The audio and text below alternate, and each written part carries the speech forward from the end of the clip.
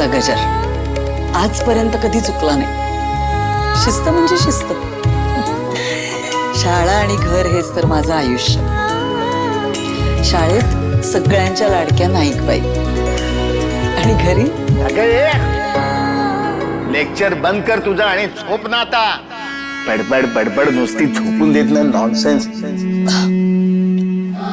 आधी पेपर मग झोप. हाडाची शिक्षिका आहे ना मी.